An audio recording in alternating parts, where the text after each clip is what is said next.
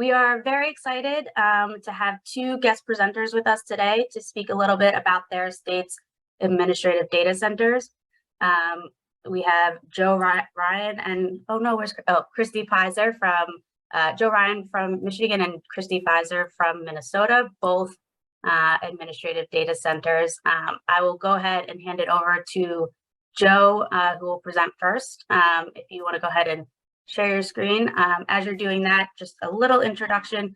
I sent out in our email last week a little blurb, but Joe, Dr. Joseph Ryan is professor of social work at the University of Michigan and co-directs the University of Michigan's Child and Adolescent Data Lab, that he will be speaking about today. Before we get started, we're going to have both presenters go back to back here and save time for questions and answers for both administrative data centers at the end. So save your questions. You could start putting them in the chat and we'll get to those after both presenters have gone, but hang tight just so we get through both presentations and can spend some good time at the end here asking questions. So without further ado, Joe, I'll hand it over to you. Thank you so much for joining us. Sure. Thanks, Christy, and thanks for the invitation. Let's see. So is the slide up? Yep. Right. Yep. All right, great. So yeah, just a little bit about me. As Christy mentioned, I'm a faculty member at the University of Michigan. I teach in the School of Social Work, primarily in the areas of juvenile justice and child welfare. I was born and raised actually in Massachusetts, in Worcester, Mass. So that's where my home is. I was there last week for my mom's 80th. And I have about 10 years of direct care experience in mostly residential settings, but some group homes and community-based placements as well, primarily in the area of juvenile justice. I got sort of increasingly interested, this was early 90s, late 80s, increasingly interested in sort of what happens to these youth after they go through the programs. And it seemed like we had no idea. And so that led me to sort of the next 25 or 30 years in graduate school and research settings, trying to understand that. That's how I sort of got involved with administrative data and partnering with child welfare and juvenile justice systems.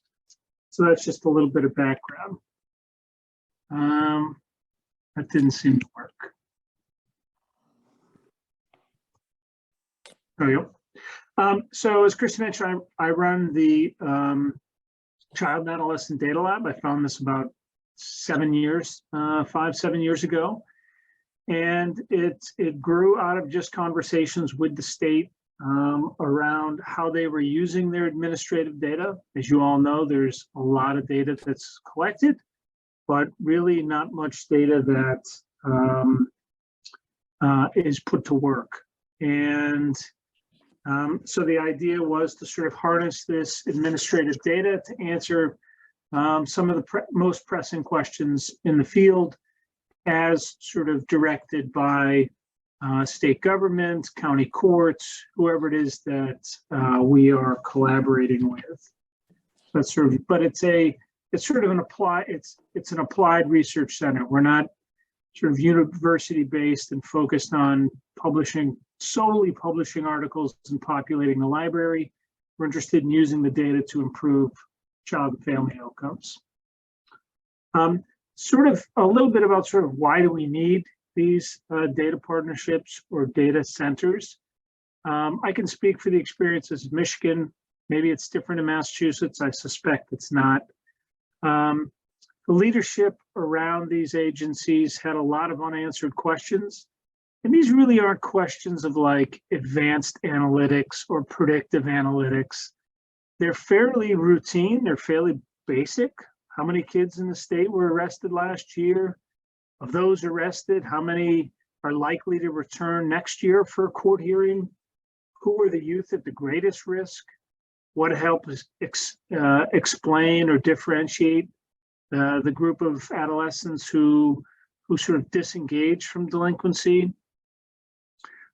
Did we, as a state service system, miss early warning signs what was the involvement with some of these youth and family before? We know a lot of these adolescents just don't pop up at age 14 or 15 or 16 into the juvenile court. They've had a long history with other service systems. What's the probability that a JJ youth will touch the adult correctional system?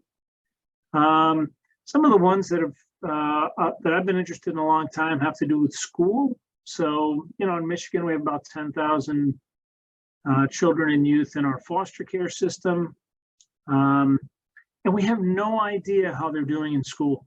Are they progressing at a regular, at a similar clip to other kids in school?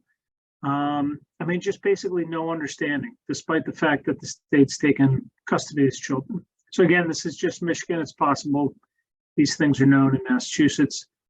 And then thinking about sort of how do these children and families sort of move through these different allied service systems, right? We know that families don't just touch, let's say, juvenile justice system, that they're also maybe involved with substance abuse services. Their parents might be involved with the adult correctional system.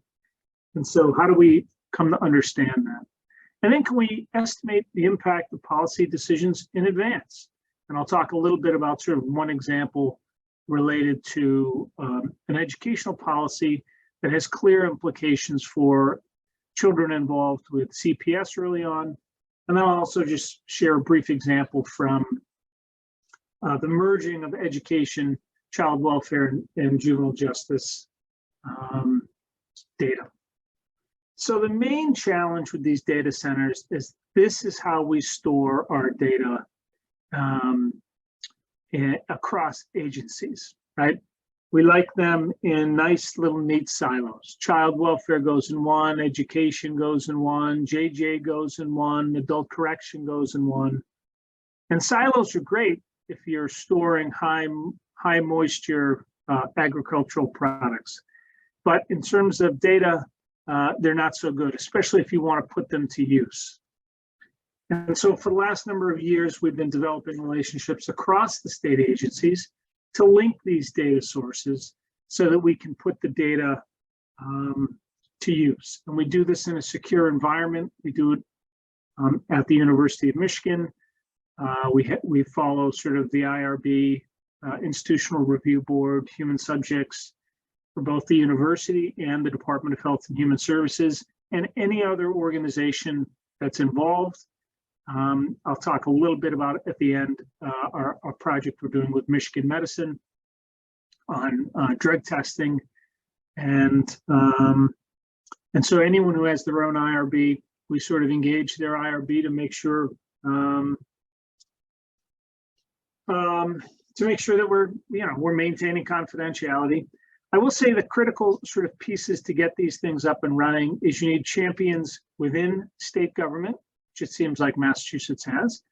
And then you need sort of trusted and competent partners in university settings. Universities, I would say, don't have a great track record with using administrative data for the benefits of the state. And so when I arrived at Michigan, there were a lot of people who had used the juvenile justice data historically, and they were using it in a way that wasn't really focused on developing a long-term partnership. They were using it in a way, it sort of answered interesting questions, but they would report findings, let's say, to the newspaper rather than work internally. And that led to sort of a breakdown of these long-term partnerships. So finding folks that you can trust to use your data in a way that benefits the long-term partnership, I'd say that's a pretty critical piece. So I'm just going to share one example of something that we've done that's been, I think, kind of interesting and innovative, a way to use the data, and then we'll move to another presentation and then have time for Q&A, which I think might be probably the most interesting time. But so we merged, one of the questions I had raised earlier is, we don't really know much about these youth across these different silos. So if you think even about like education, every state publishes these sort of high school graduation reports, and they try to understand, there's huge racial disparities in graduation rates. And so they try to understand what factors are related to high school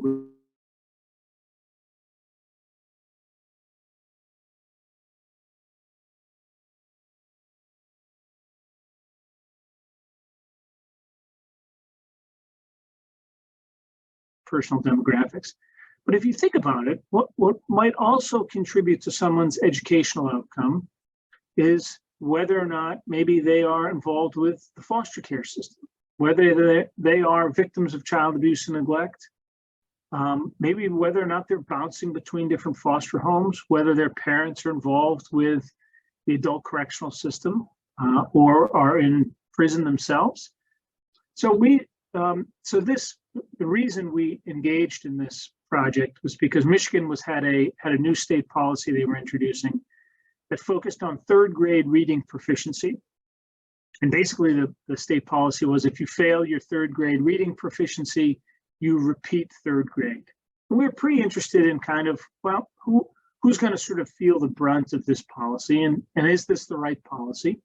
And it also gave us an opportunity to look at how kids across different systems are moving through the educational system, the child welfare system, and eventually the JJ system. So we merged up all these records. So we merged about 800,000 records from every third grader in the state of Michigan with child protection records. And we were primarily interested in what's the prevalence? So how common is a formal investigation for child abuse and neglect by the time someone hits third grade? And what impact does it have on their proficiency scores, grade retention? And so this may not be sort of alarming to anyone here because you're pretty close to these systems itself. But when we ask people, what % of third graders have had a formal investigation for child abuse and neglect? A lot of people say, I don't know, maybe 3, 4, 5, 6, 7%, single digits, definitely. This chart captures the 50 largest school districts in Michigan. Those brown square dots represent the average, meaning the percentage of youth in that school district who have a formal investigation for child abuse and neglect. And we find that it's just about under 20%.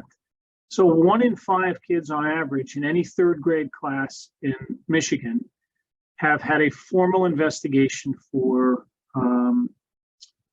child abuse and neglect. Now, that doesn't mean that they've been reported.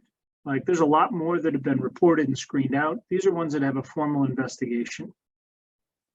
So we find that to be, well, that's pretty high. What you'll see here is that there's a lot of variation around the state. Some school districts, it's single digits, it's only 6, 7, or 8%. Other school districts, it's the norm. It's 60 or 70% on some of the higher end school districts, meaning 60% or 50, 60% of the children have had a formal investigation for child abuse and neglect by the time they're in third grade. So how does this factor into proficiency scores? So the top 2 bars are the both math and reading proficiency for third graders in Michigan. And you'll see it's 66% and 52%. You might think, well, that's not that great. But then when you look at the ones who have some child welfare involvement, it goes to 47 and 32%. And for those who have a substantiated allegation of abuse and neglect, it drops to 42 and 27%. When we look at overlap between investigations for grade retention, overall, 15% of children by third grade have stayed back at least 1 grade. If you have an investigation, that jumps up to 24%. And if you have a substantiated allegation of abuse and neglect, that jumps up to 30%. So in terms of findings and implications, first of all, involvement with child protection is not a rare event. And so sometimes these things are just important to know for the general public. Like, you know, when DHHS is going to advocate for their budget in terms of money for CPS, you know, by having sort of clear data on the size and scope of the population is important. The impact of child abuse and neglect is observed early in life. The question of Michigan's third grade reading proficiency policy, does it make sense? Is this why children are not passing their proficiency scores? This policy would disproportionately hit African American students, poor students, and students involved with CPS. And so this is important to know before wheeling out a state policy. And then you can, we sort of use these data to help DHHS think about how to improve educational outcomes for victims of maltreatment. So these sort of data partnerships allow sort of innovative findings to look at how the experiences of children in one system have real implications and consequences for their outcomes in another system. I'll briefly show sort of bring in some JJ data. High school graduation, Michigan knows kind of what their high school graduation is, but they don't really know, they've never known what it is for children involved with CPS or children involved with the JJ system. So in Michigan, it's about 79%. Here you can see the high school graduation for both African-American and white students, broken down by both female and male. This is how the state of Michigan captures sets of students. If you look at JJ involved youth, those numbers drop to 48% for African-American females, 24, almost 25% for African-American males, 52% and 42%. These are youth with some JJ involvement, meaning a formal delinquency petition. And if you look at crossover youth, so these are youth who have both experiences in CPS and JJ, I would say those numbers are fairly alarming. 27%, 15%, 29%, and 21%.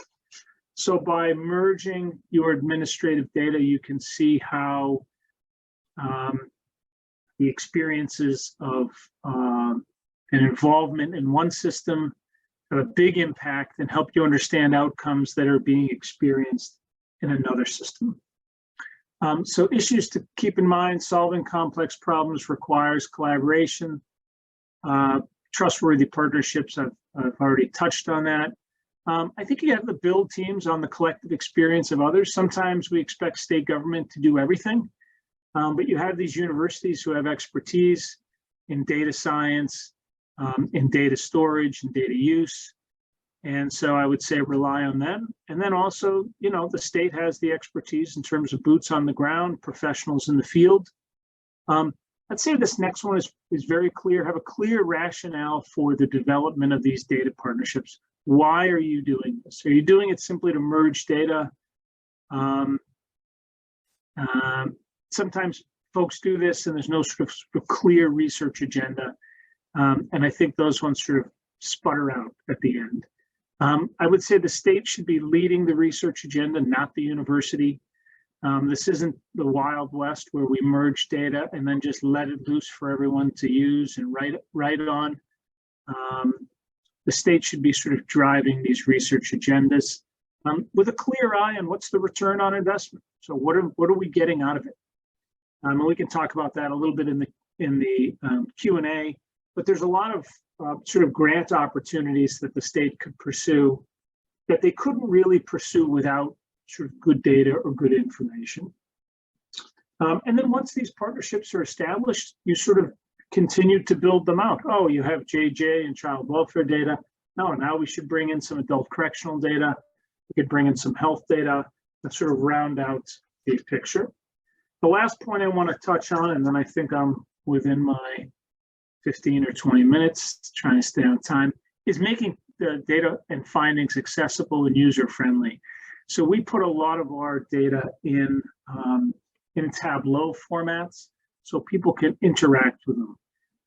What we find, and this is not a new finding, is that no one is interested in reading a 25-page paper or report. They would rather sit down and interact with a dashboard or a Tableau and click on different counties. There's so much variation within your state.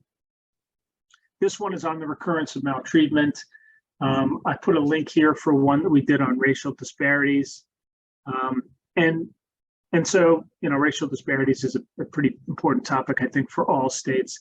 So I think also thinking about not only the mechanics of merging the data, not only thinking about what do we want to use the data for, but also giving some thought to how we're going to make the findings and the data accessible to the folks in the field, folks who are collecting the data, and your various stakeholders like folks on this committee who are interested in using the data. So that's all I have, Christy. Thank you so much. Sure, I'll stop. If we can give a virtual round of applause and emoji thumbs up. This was so great, Joe. Thank you so much. Sure. I just put it in the chat, but as always, not only are we recording this meeting, but we will post the slides afterwards so people can go explore that Tableau. I know people already are probably trying to type it into their web browser. So we'll make sure to share that out. Thank you again, Joe. We will go ahead and hand it over to our next presenter, Christy Pizer. I'm sorry, I'm gonna mess up your last name. I'll make sure you can correct me. She is a doctor and teacher at the School of Social Work at the University of Minnesota, and is here to present on the administrative data center there, which she directs, called MinLink, which we actually spoke about briefly in our June meeting, which she'll be able to tell us more about. So, Christy, it's all yours.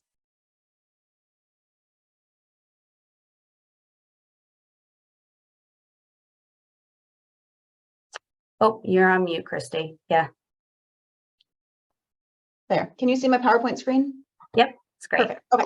So, yep, Christy Pizer. I work in a center which is embedded in a School of Social Work within a college within the University of Minnesota. So, much like Joe, we are at a university where we have been linking our data.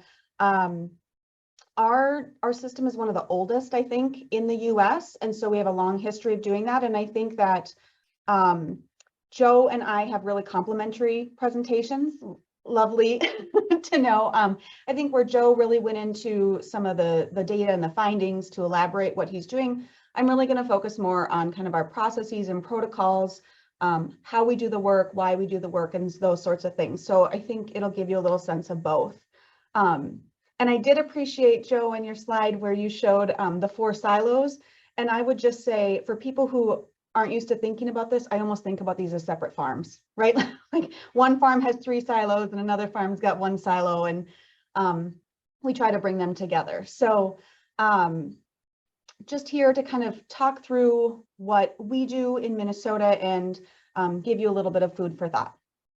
So Minnesota was very early to realize that we're starting to live in a very data-driven era, and it's crossing both policy and practice. So everybody's got CQI processes, everybody's got evidence-based practice standards, accountability metrics are all over the place.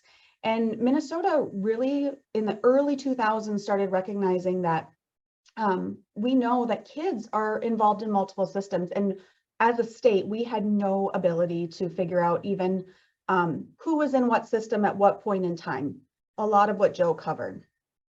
And the state got together and had a lot of conversation around, well, we should do something about that. We all have data, we could share it, but that was really tricky. So questions around who governed the data, who owned the data, what could be done with the data came up, as well as some of the policies that at that time really prohibited our state agencies from sharing data with one another. And so that's how they called the university to the table and said, we're stuck. What do you guys think? Can you help us think through this a little more? And the university said, well, as a land grant university, we're supposed to be supporting our community.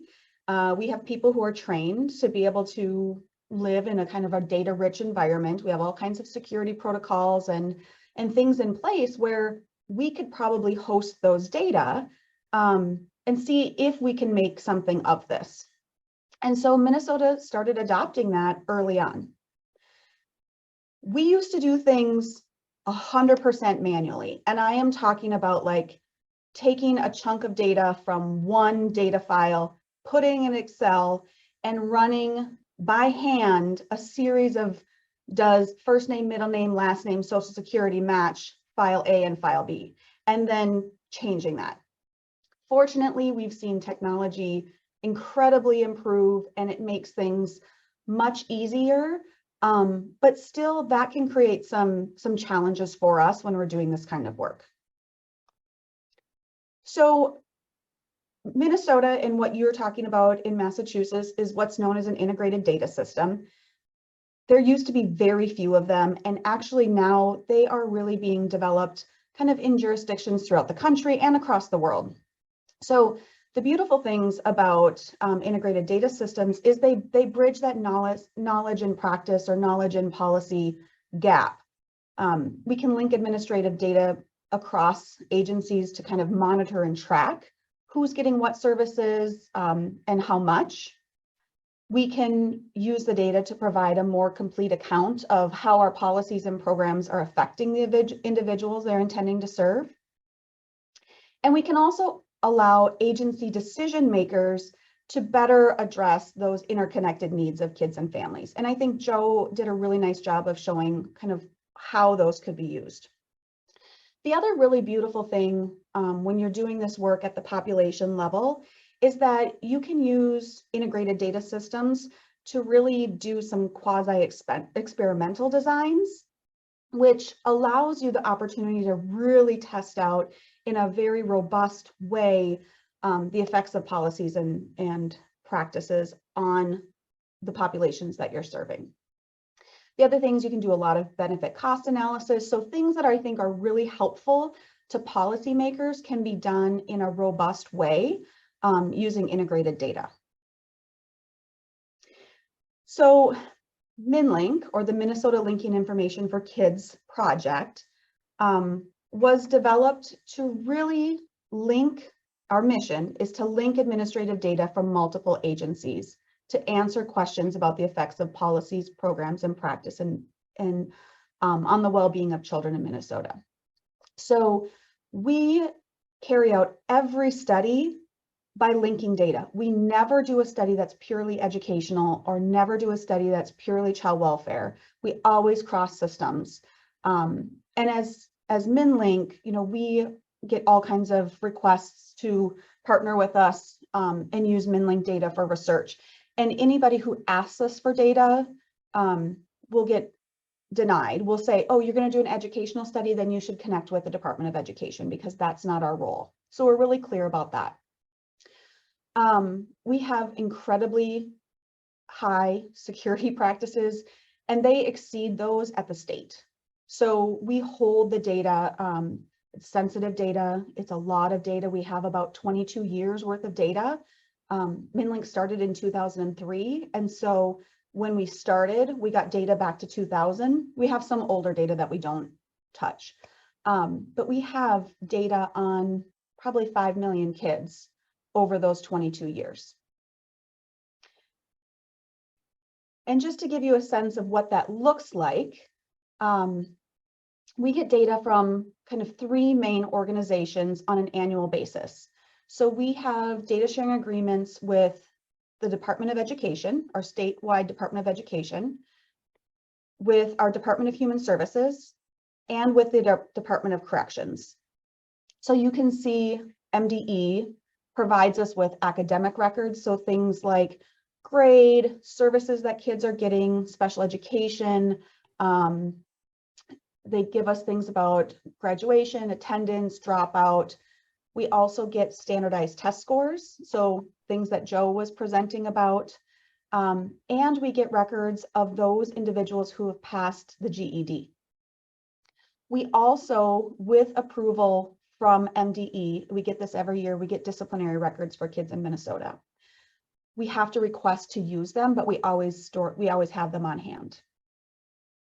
Our data sharing agreements with MDE and our other two kind of core partner agencies are 5 years in length. And we found that that is incredibly helpful to creating longevity as leadership changes over time. From the human services sector, because we live in the Center for Advanced Studies in Child Welfare, we get every year children's mental health records, child protection records, and out-of-home care records. Our data sharing agreement is written in such a way that we can request other data from the State Department, and as long as they feel like it's a good use of their time and resource, they'll provide it to us. So things like financial support, food support, childcare assistance, all of those kinds of things, Medicaid claims data, we can get as long as we're following within kind of the letter of the law. We also get records of incarcerated adults in Minnesota. And even though we focus truly most of our work on kids, we are able to look at like children of incarcerated parents in some ways, or we look at kids who get really deep into the kind of field of the justice field, kind of going between that juvenile justice and being in the adult court system and the adult detention system. And then over time, we've developed processes with our homeless management information system. So we can get records of shelter stays and rental assistance, transitional housing, those kinds of things on request. And we've developed ways to work with small nonprofits. So thinking about like counties that may or may not have their own legal team that works on data requests all the time, or local nonprofits like housing providers. We have a small contract that we use that makes it really easy for them to be able to share their data with us. And we do those kinds of things on a study-by-study basis, unless they are our annual data providers. So in Minnesota, probably like many other places across the country, we do not have a unique identifier that we can use to merge data across systems. We used to get Social Security number from our school systems, and they've quit providing that. So we really are left with truly just identifiers that are available in the data set. So what we end up doing is we find a way to match through technology. We use probabilistic matching to connect kids' records across systems. And we do that as a first pass. It helps us really just sort the data. Once we do that, we use human effort to go, and we have some decision rules about what we would include or not include as a true match. And we would go and sort those records based on our decision rules. So there's a hand pass at every match that we do for every study. We do have data keys that kind of connect some of our biggest and commonly used sources of data, but everything lives not integrated, and it's very purposeful. One, it keeps us out of a whole area of legislation that we don't want to be in. And two, it's just a mess. If you start putting everything together, it gets too big, too gnarly, and we can't manage it in a nice way. So we have bundles of data that we can just extract, pull from, and move over. And when new studies come in, we can then, through the identified data, add them as well. So essentially what we do is we start with 2 data sets. We pull out their identifying information that we're going to be using for matching. We run them through our probabilistic matching software. Then we have a connected set of ID numbers that are in both systems. That's when we bring back in the content data, attendance, child welfare involvement, juvenile justice involvement, those kinds of things. And we remove any kind of identifying information. So it leaves us with integratable de-identified data. And we do that too because systems, the structure of the data are so different that it's often easier to work with the data in its true natural structure separately from the other one, and then bring them together once we've done the coding that we need to do for our study. So when we think about the way that we operate in the broader spectrum, we operate as a data steward. And we operate in Minnesota somewhat independently from our data owners, but always in partnership. So we do that because we try to reduce burden, but then also create ways to find connection over time. So on our team, anybody that comes to us, we review their research proposal of what they want to do and ensure that the data use is in keeping with our MinLink mission and within relevant, FERPA or HIPAA or those kinds of policies. We have a clause in our data sharing agreements, our existing longitudinal data sharing agreements, that we notify the data owners when any new study begins. So the data owners don't have to approve every study we do, we just notify them. And it's always one person, it's always me from our team. We support the research team in their development of an IRB proposal. And for Minnesota, it's a little bit different than I think what's happening in Michigan.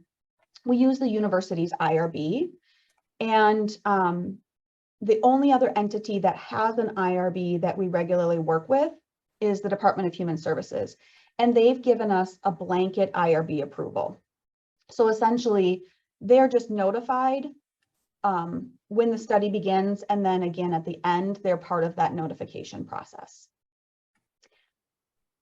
Like I referred earlier, we match the identified data, so only about 3 people have access to those identified data.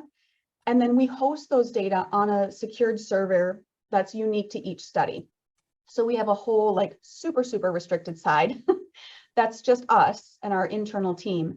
And then we have another very restricted side that is project by project. So if there's 3 researchers working on, a study around educational outcomes for children who have been involved with child protection services, they have a folder and they can only access that folder. It's only their data.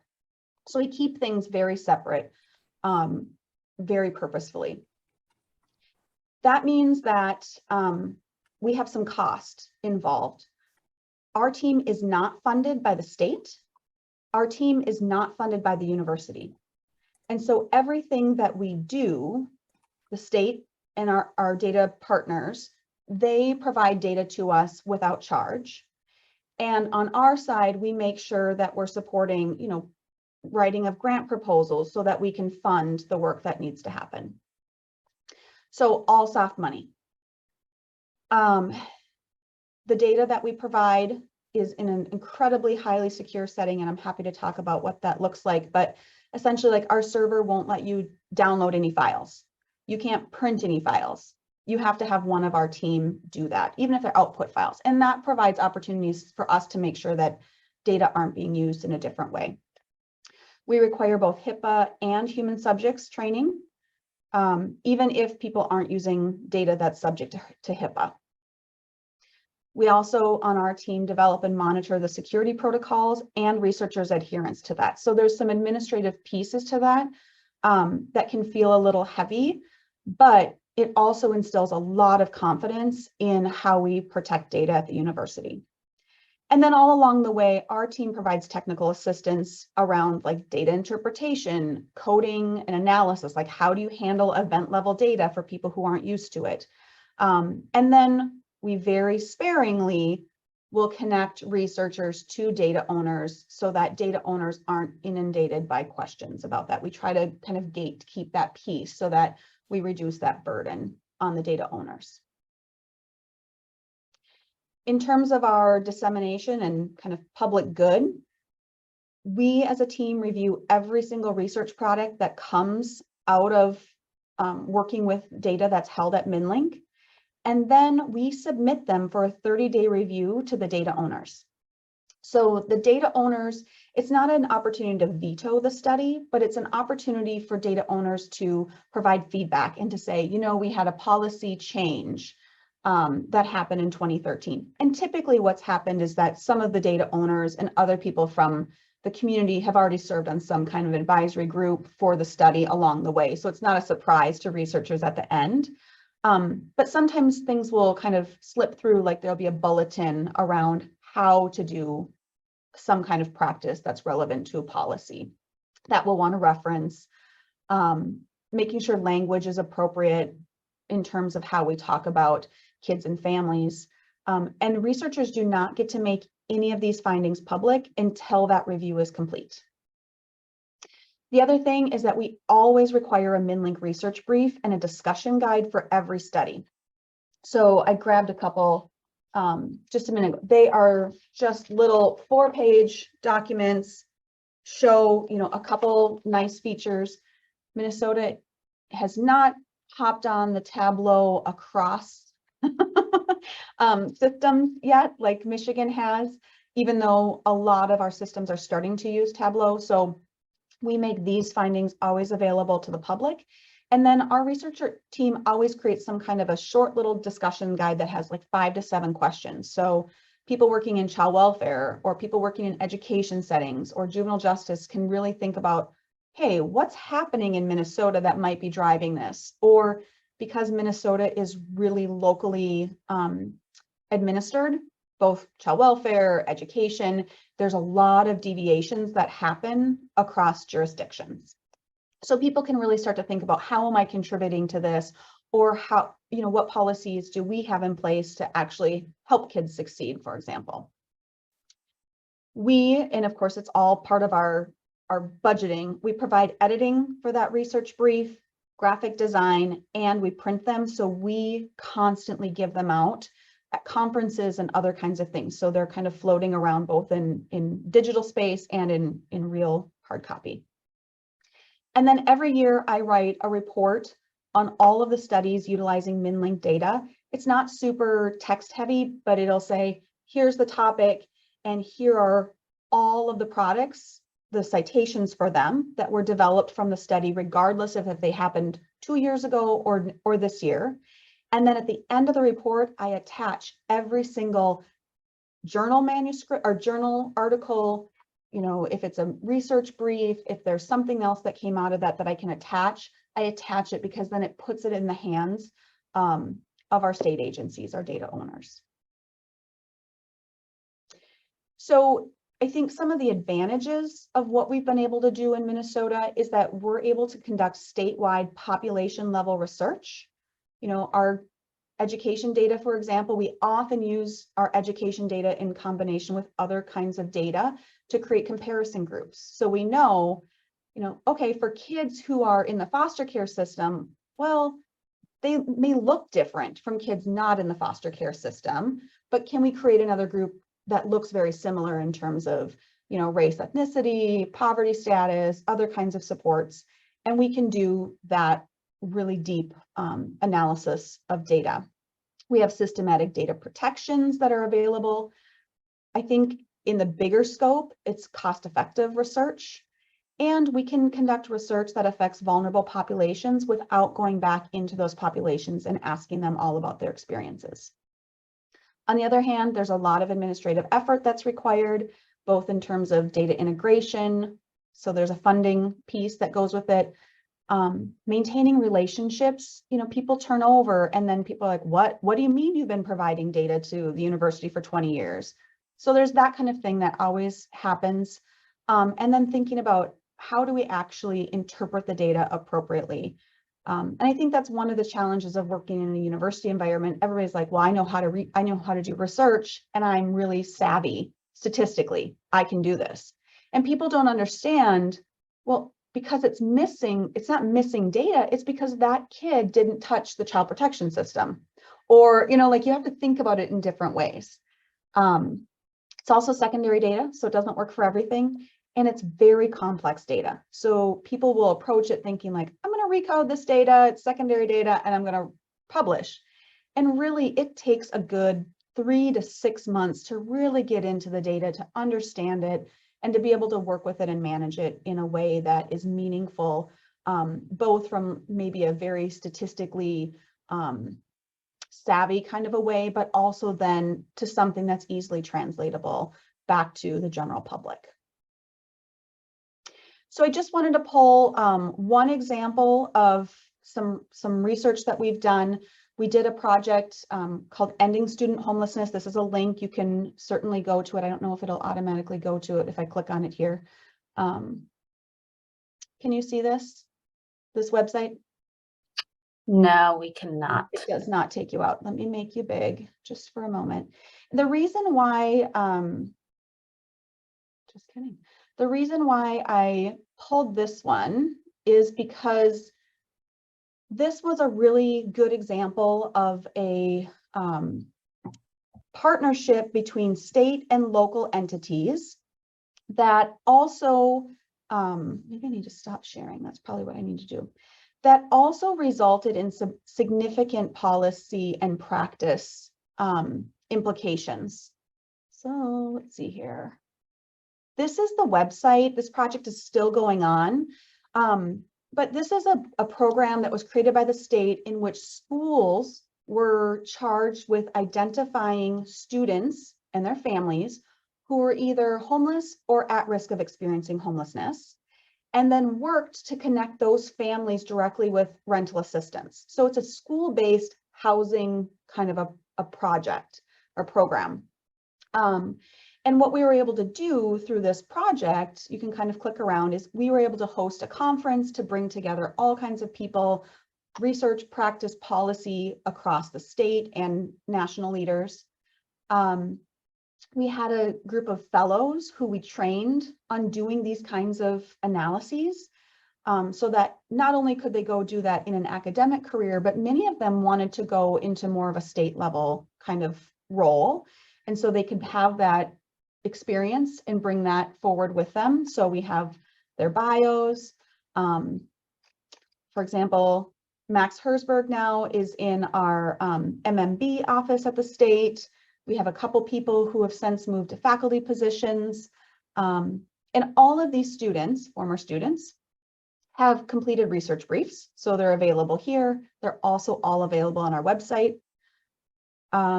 We did some podcasts, so we have those available. So just a really nice way to start engaging people in different ways to bring about conversation, to share information, and things like that. So I encourage you to take a look at that web.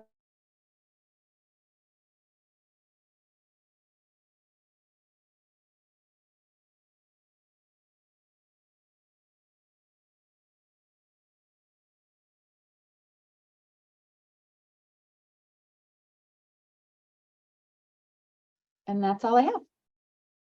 Thank you so much, Christy. That was excellent. It's so exciting to see these data centers producing really interesting research. Although, Joe, I'm reminded the statistics you presented were stark and just gut-wrenching, but important information to have. But I think it speaks to the importance of having this type of data available. Great, thank you both again. We have about a little over 30 minutes here for question and answer. So I'm going to try to facilitate as best I can over Zoom here. So if you can, data subcommittee members, if you can use the hand raising function, I think that will help, or put your questions in the chat and we'll read those out. So if you have questions, I'll start calling on you, starting as you gather them. First off, you both mentioned, Joe, I think you used return on investment, ROI. Christy, you spoke to the benefit of the state having this data. Can you both just speak, and Joe, I'll start with you to give Christy a second to catch her breath here. Speak to what would you say the ROI is for state agencies? This is a group full of almost entirely state agencies, but having these data centers, and I know, Christy, you spoke of some of the administrative costs that it takes to produce this data. But I was wondering if you both could speak to what the benefit would be as well. Joe, I'll start with you, to the state agencies themselves. Well, I mean, the first thing I would say is the benefit is, you have some handle on the population of children or families that are under your care and supervision, right? So, you're not before state legislators talking about a budget and someone says, how many of these kids who were adolescents who were arrested this year were here last year? And the answer is, the most honest answer is, I have no idea. Or, so I would say, like, that's a clear return on investment. Like, the population that you're working with. These state agencies are expensive endeavors. I can't think of another organization the size of a child welfare system or a juvenile justice system that operates with so little data. if a child goes into the foster care system and a parent were to ask the judge, what's the chances that my child comes home? I mean, the most honest answer the judge would give is, I have no idea, right? And it doesn't have to be that way, right? You have the data, you collect the data. And so that's one clear return on investment. The other one I would say is, and Krista mentioned this, is grants. It allows you to go pursue grants that you otherwise couldn't get. So there's a lot of money, let's say, from the Children's Bureau or the Department of Justice. And the states that are most competitive are the ones that have a good handle on their data, right? They could talk about, what's the overlap between substance abuse and foster care or JJ. And so I would say those are sort of two, for my mind, very clear returns. Yeah, thanks for that, Joe. Yeah, I think Joe's spot on. I think the other piece is once these projects are up and running, it's a big investment to launch them and get them built and to figure out what that looks like in terms of the stewardship piece. But once that's happened, our state agencies essentially pull the same data for us every year. So they have very little costs going forward and under our model, but they get all the benefit of not having to hire people to answer these kinds of questions. So while they don't get to dictate our research, they can certainly engage with us around like, hey, could you do a study on X, Y, and Z? Sometimes we might have some funding that we can use to do that.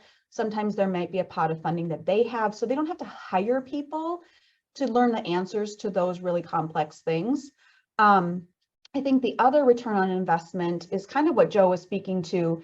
And what we saw in the Ending Student Homelessness, or the program is called Homework Starts with Home. But the initial round of funding was a pilot program, and it funded 3 areas in our state. And because of the research that we've been able to do, and because of the way that we've been able to build this partnership, which that piece has been intense, they actually had not only significantly increased funding for the project, but also sustained funding over time.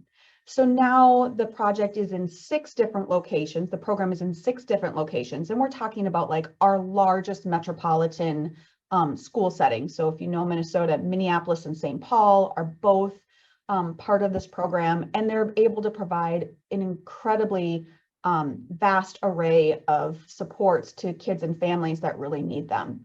So there's a huge return on investment just in being able to do that. And for this particular project, the university, we actually were awarded a competitive grant through the university itself to solve like a grand challenge. So there really wasn't time or effort or cost to the state in being able to pull together the research. Thanks, Christy. I see, Senna, your hand is raised. Thank you. This is really fascinating. And it looked, the Michigan model and what you presented, I know it's much more complex. So my impression from the presentation was the Michigan model was more descriptive. This is where the overlap is. The Minnesota model, there looked like it was, and that was more like you said, you prefer a state-run research model versus a university. My understanding, I just want to clarify that the Minnesota one is more driven by the university and is much more open to researchers, and their state just, here's the data, do whatever you want with it. So I'm just my first question is, what are the pros and cons of either model? And then the second one is causation, which I think from your presentation, like this is what it is. It doesn't say why. Like all these districts with poor kids and poor minority kids, which I'm assuming is what's happened, have high rates of kids being reported to CPCS. And as a result, they have low rates of graduation and retention. But like, how do you answer the why it's happening? Like what specific policy? And Christy, you mentioned something about policies, but I wasn't sure how the policy questions are answered through these data sets. I think I can start with the tail end question, just because it's more in my mind. But I think by having population level data, you can start to get at the why, because you can do quasi-experimental designs that allow you to control for other confounding factors. I mean, you certainly could set up a randomized control trial and use these data to follow individuals and understand what that looks like. But through both methodological options, as well as some statistical options, you can actually get at causal impacts around policy and practice changes. So that's a huge benefit that even typically like our largest school district in Minnesota, in Minneapolis, they have a whole team of researchers that constantly do work around student education. And they don't have comparison groups except for within their districts. And even when they do, they can't necessarily make their comparison groups equal because they don't have access to information about child welfare involvement or juvenile justice involvement. And kids just have different experiences and look very different and have different trajectories. With respect to your first question, I think that it's a mixed bag in terms of who drives the research and how that is carried out. I'd be interested in hearing kind of, Joe, how that financial model is in Minnesota. You know, as long as we're following kind of policy around how we can use the data, and as long as it's in keeping with the mission, then we can use data from those 3 state sources for any question. And so that doesn't necessarily mean that we don't ever ask the state. I think our team has a lot of connections with a variety of people across the state. And so oftentimes we'll have, you know, we'll be in meetings with people, and people from the state will say, oh, we really need to understand X, Y, and Z. And we'll go out and write a grant and be responsive to that. But that's on us to do. If the state wants to ask that question and they have funding that they can offer to do that, we will happily do that and just work it into kind of our queue, our order of what we're working on. So I think in our model, there's a lot of flexibility. But it means that the state doesn't tell us every single thing that it needs to know, which means we can miss some things.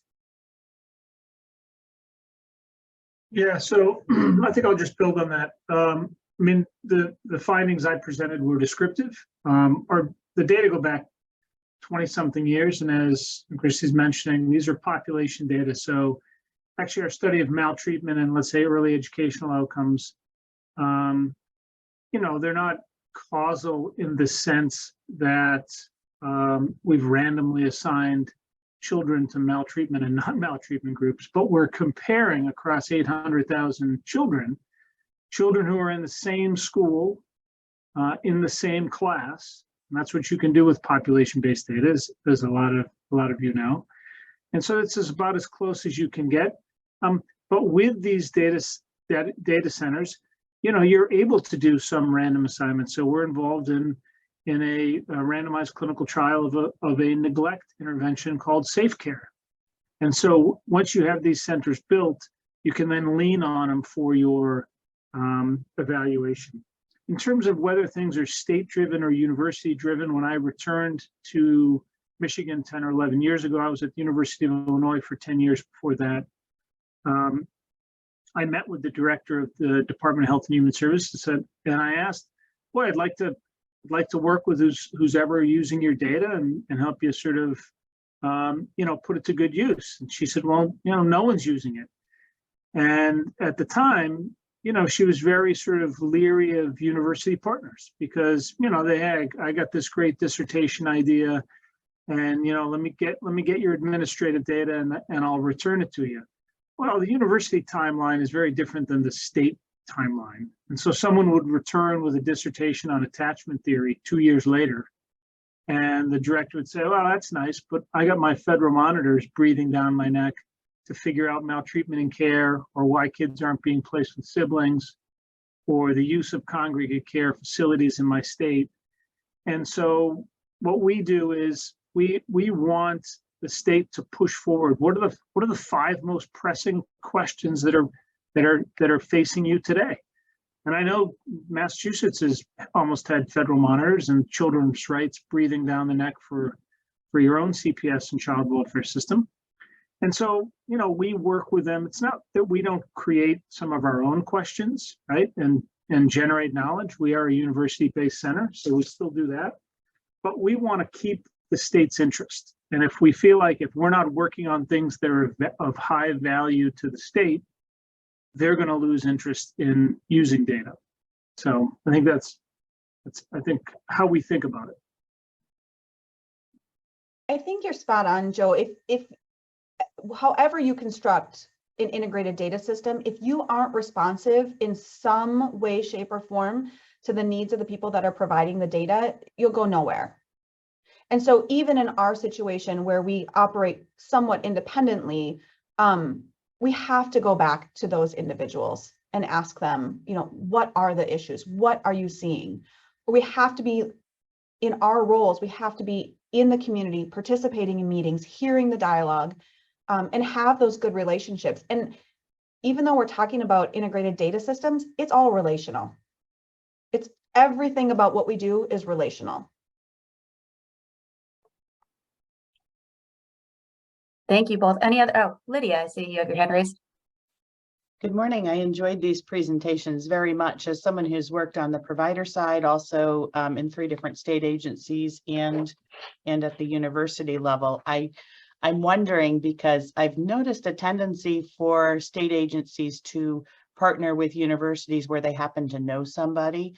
And a lot of times there's different projects and different, you know, analyses being conducted, especially in Massachusetts, maybe like, you know, Judge Baker Children's Center over at Harvard. And then we have something going on at the UMass Medical School. And there's just, and then someone knows someone at Brandeis. So let's do something over there. Is there an advantage to having a state university kind of head up the data collection versus a private entity, or how is that decision made?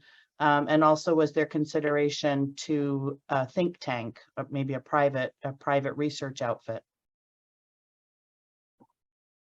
I mean, I think for us, our state partners came to the university because they got stuck. So I don't think you have to do it in a certain way. However, I do think situating something like an IDS within a university has a lot of advantages because the university is stable from a political standpoint. So you don't get a new commissioner and then things change in terms of how you're prioritizing. So that is a nice, stable political environment. But then also we have things, you know, in terms of the needs for data science and, you know, resources to host data and utilize data and ensure that we're doing it in the most highly secure way. So there are a lot of things that are built into the university that make it a nice place to host something like this. And I will say in Minnesota, even though we have this project, all kinds of people across the university work independently with state agencies, and state agencies still share their data one-on-one with researchers. Yeah, I don't have too much more to add on that. I mean, I think university partners are good because, you know, no single organization is going to be able to have the capacity to handle every type of question that comes up. You know, you might need folks from medical professions, you might need them from schools of public health, you might need them from education. And universities are kind of ideal environments to do that, to sort of lean on those folks. And sometimes the data use agreements can be easier between universities, but you know, there's good people obviously in private sectors as well. So thinking those state university, is there an advantage to state universities versus private universities? Yeah, I don't know. I worked at the University of Chicago for a number of years in Chapin Hall Center for Children, which was affiliated with the university, is now no longer affiliated with the university. And you know, they have wonderful relationships with, you know, states. And so probably just matters really, you find the people who have the capacity to respond to what the state of Massachusetts needs. I agree. I mean, I think, you know, in Minnesota, our private schools are much smaller, so their array of resources is smaller. So, you know, they don't necessarily have access to all the journal articles. So if our state's asking for asking a question, for example, or we're hearing something in a meeting, we'll go to the research literature and say, well, what do we already know about that? And so just depending on, I think, the size and the scale of the entity, that makes a huge difference. But you may have some private ones that are much, much bigger and still have a vast array. It's just a little different in Minnesota. There was a question in the chat asking Dana to speak to the administrative data centers that have been presented today and how they differ or are similar to the public data warehouse. And Joe and Christy, just as some background, Dana oversees the public data warehouse over at the Department of Public Health within Massachusetts, which uses integrated data. So I'll hand it over to Dana, who has also graciously, as Melissa indicated, offered to present on how Massachusetts has started doing this as well at our next meeting in October. So that's my pitch to come to October's meeting. But Dana, I'll let you answer that question. Yeah, and I can briefly kind of preview what we'll talk about in more depth next month, but I think structurally it's actually very similar. And it was interesting. I pulled some screenshots from Christy's slides because I was like, I basically have the exact same slide of how we do things. It's really just where the data is situated. And I think because the public health data warehouse came out of public health, we might have been in a slightly better situation than other state agencies to hold and embark on this type of data project ourselves. We had that sort of epidemiologic capacity and data analysis. We also, I think, for a state agency, have probably some of the more advanced sort of data warehousing and analytic capabilities. So we were able to build a system in-house as opposed to kind of in Christy's case, having to go to a university and have them build the system. But operationally, it's very, very similar in the way that we've sort of organized things, and our relationships with analytic teams and research partners looks very similar. I think obviously the main difference is that as the state agency, we are holding the data, and so we are really setting the agenda, but we use the state's notice of opportunity process to engage with external stakeholders. And so we work really closely with university partners. And the difference is that we put out into the world questions that we want answered, and interested parties whose research overlaps with our interests come in and help us analyze those questions. But we have really close working relationships with a number of universities. And I think kind of to Lydia's question, we work with, instead of being, an administrative data center at BU and we just work with BU, one of the values I think is that we can actually work with researchers at any university, and not just in Massachusetts. We have teams now who are accessing our data from all over the country. So I think that is sort of one strength of having it sit in the state agency. And then again, a little bit more say over our agenda. But I think other than that, kind of operationally and our philosophy is, I think Joe's comment about this being sort of practically oriented and we're not doing it to write papers was music to my ears, because that's the same thing too. We're really trying to impact policy and make change. And that's the number one most important thing to me. Getting publications out of it is a nice little second thing, but really thinking through how we can make change and then evaluate that change and really see that full life cycle. And Dana, I do think our models sound really similar. Because technology changes, it allows you to do different things than we have been able to in the past. Before the pandemic, we were in-person access only. You had to come to our lab. And so our users were specifically from the university. We piloted a remote access. Our state departments were like, oh, well, that sounds good now. But we still find that it's really important for us to have in-person contact with those people who are using the data so that they're not doing things that the data don't support. And so for us, we require that people come on site for an amount of time where we feel comfortable that, one, they can administratively go through the process to get to the secure, there's 5 steps to get to the data. But then also that they understand, they're asking good questions where you're okay, you're getting it, because now you're really asking the questions. In the beginning, they're just oh yeah, I'm going to answer this question. And you're come back to me when you tell me how you're going to code race ethnicity in your study. Well, what school are you going to assign those young people to? Right? Because it changes things that survey researchers aren't used to that kind of data. And so because of that process, now we do something really similar to what you're doing. Is we have people in Tennessee, we have people in other parts in the country that are utilizing our data, but they log into our system. So once data comes in, we kind of think of it as a vault. Once it comes in, it doesn't go out until we destroy it. So it's still highly secure, even though now it provides a lot more access to people in different universities and their state agency partners could come in and analyze data and things like that too. I'd love to separately pick your brain about your remote access model, Christy, because right now our model is outside people who are not in the, most people do come to our offices, people who are out of state submit code remotely to someone on my team who executes the code for them and sends them back the results, but we don't have like direct access. So I'll probably be sending you an email follow-up after this. I'd love to talk through how you got to where you got to. Oh, that's awesome. I hope that answered your question, Josh, and also I hope you attend the October meeting then. Kathleen, I see your hand raised. Yes, thank you both for a great presentation. I'm just curious about how you help with technical assistance, because in Massachusetts, I'm from the state auditor's office, and we also find that agencies aren't collecting data they should be collecting, or not doing it or inputting it in the same way from different agencies. Do you have a best practices that you share, that you could share? And can you give examples of how you maybe have helped some agencies or even other states to make sure they're collecting data points that would be really helpful in addressing questions and figuring out needs of kids? I'll give an example. So we were talking to a DCF a while back, and they saw that a number of kids had lead poisoning from the water, and saw that how that developmentally delayed them, and how to figure out how to trace that, and started and rechanged how they address those kids, right? How to get them help.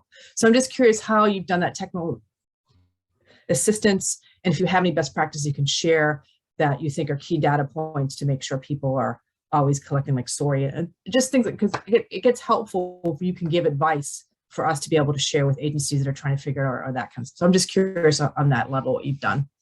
Yeah, I think for us, one of the things really recently, we're working on a study in partnership with a couple faculty, one of which who's from Connecticut, and then one who is formerly from the University of Minnesota, but has moved from the university, where there's a policy that provides some financial supports to families who adopt from the child welfare system.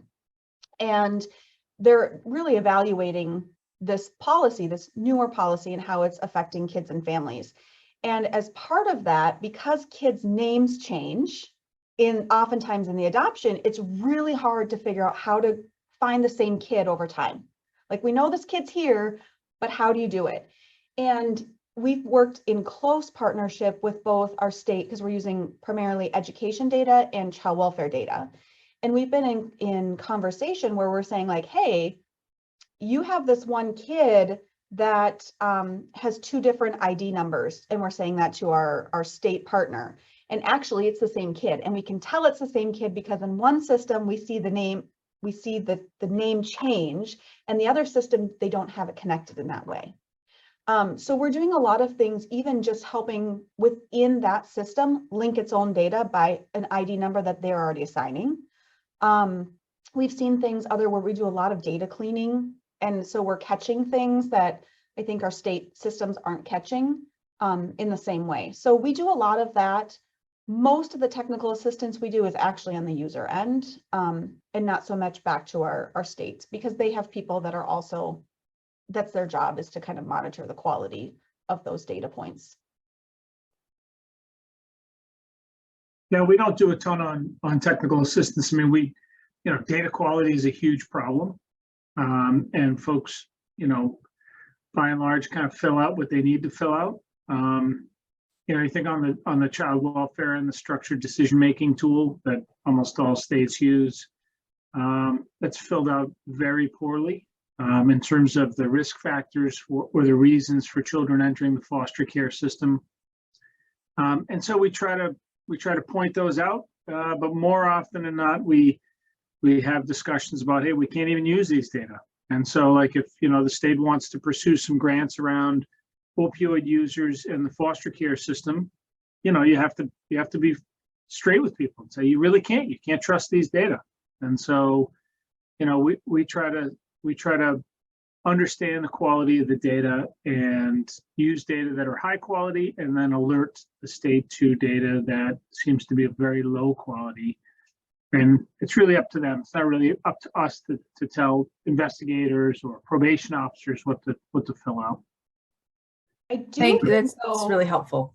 Oh, I was gonna say, in some of the work that we've done like that, that example that I gave the link to around ending student homelessness, we have people that are providers on the ground that have never had access to information about who are the kids that are actually they're serving. Like, what are the descriptive statistics? Are we really reaching those really particular vulnerable kids and families? And so we're able to do that. And we're also able to do things like, we have one of our sites that has significant data collection and has documented what's happening kind of at the direct service level within their program.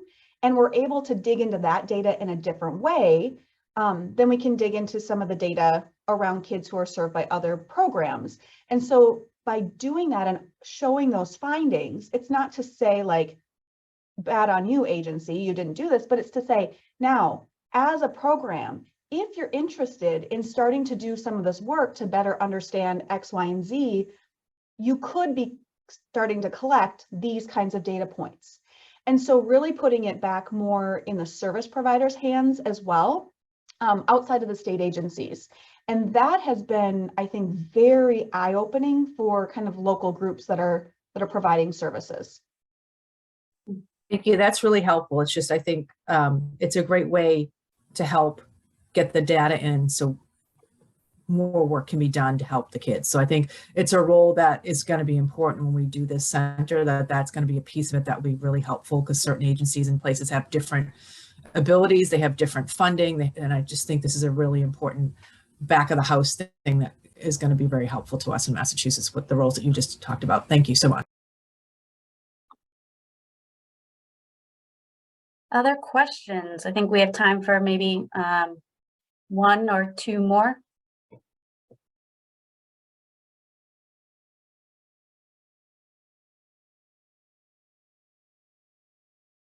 I will say, someone just put in the chat, Lydia was talking about the inability oftentimes for our local folks that are providing services to know what happens with kids, which means they don't necessarily know what things worked. They know maybe 30 days around, you know, maybe they do some follow-up assessments, but having access to data like these, and if you're doing it in a way where your consent forms at the service are asking people to provide consent to connect those data to other administrative data, then you can track kids and families post-service receipt and really start to see like what's working, what do we know about kids who are getting mental health services in the community? What do we know about kids who are, you know, going to drop-in shelters? What do we know about, you know, some of these local practices that typically rely on nonprofits that have very small operating budgets and certainly not budgets for research and evaluation.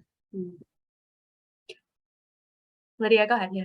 If I might, just to expand on that, we'll often get permission to contact people who've graduated from our program. That's just great if we can find them. But what we can't get permission to do is find out if they have wound up in a substance abuse program, or did they wind up homeless, or did they wind up finishing school or not finishing school. We can't get that information unless we can track them down and get it by self-report.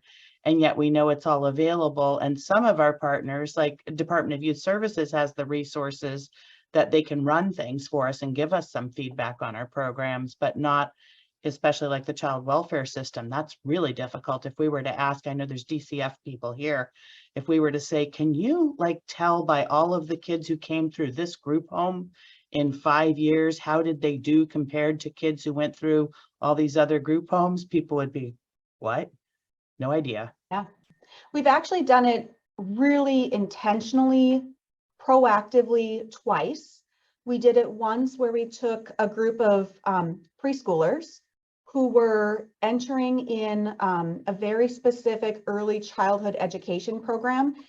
And these were they all got some financial assistance. So typically very poor families. And we followed kids who had child welfare involvement and didn't have child welfare involvement. There was an initial study to look at kind of cognitive and social emotional growth. And then we got permission to follow those kids into 3rd grade when we got their first math and reading assessments to see, did how they do when they left the program actually predict how they were going to do in 3rd grade, which was fantastic because what we saw was that kids who were involved in the child protection system started out much lower than their peers in all of these measures. Through participating in their programs, they came closer, but they were still at a deficit. And then we followed them into third grade. And we've done another thing where we kind of have to wait for kids to grow up to do the subsequent research, that follow-up. But we've looked at some early childhood screening metrics, especially around kids who are experiencing homelessness, and been able to wait for them to be to third grade and start to say, now, can we intervene earlier? Can we start to see where kids might need a little bit of additional support before they even come into the school setting? And does that predict where they end up later on?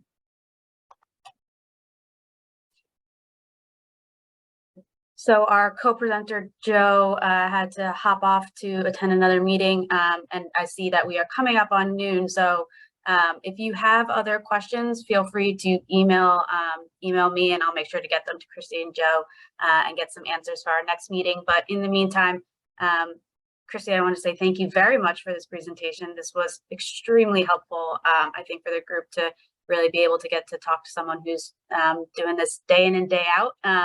And I'm really so impressed with everything that's going on with at MinLink and in Minnesota. As your parting words, any wisdom that you want to leave with us as we are studying the feasibility of creating and expanding on data centers here in Massachusetts that you wish you knew at the start of MinLink? I wasn't here at the start of it, but I've been here for, I don't know, maybe 15 years. Sure. And I think my biggest learning is that, like, you've got to have the right people. It's like what Joe said, which is you've got to have buy-in from your data owners. And everything is going to take 3 times longer than you thought it would. Like, even we're fully functional, we're up and running, we have processes, and still, data sharing requests that we're, supplementing for studies, they take longer. So I just think, maintaining those good relationships, making good use of the data so that people are seeing that return on investment. I think it'll get you there. I think you guys are in a really good place, and you've got the right people, and you're asking excellent questions. So I'm excited to see what happens. Thank you so much. If everyone can give a last round of applause virtually. Thank you again for joining us. Again, if you have questions, feel free to shoot me an email.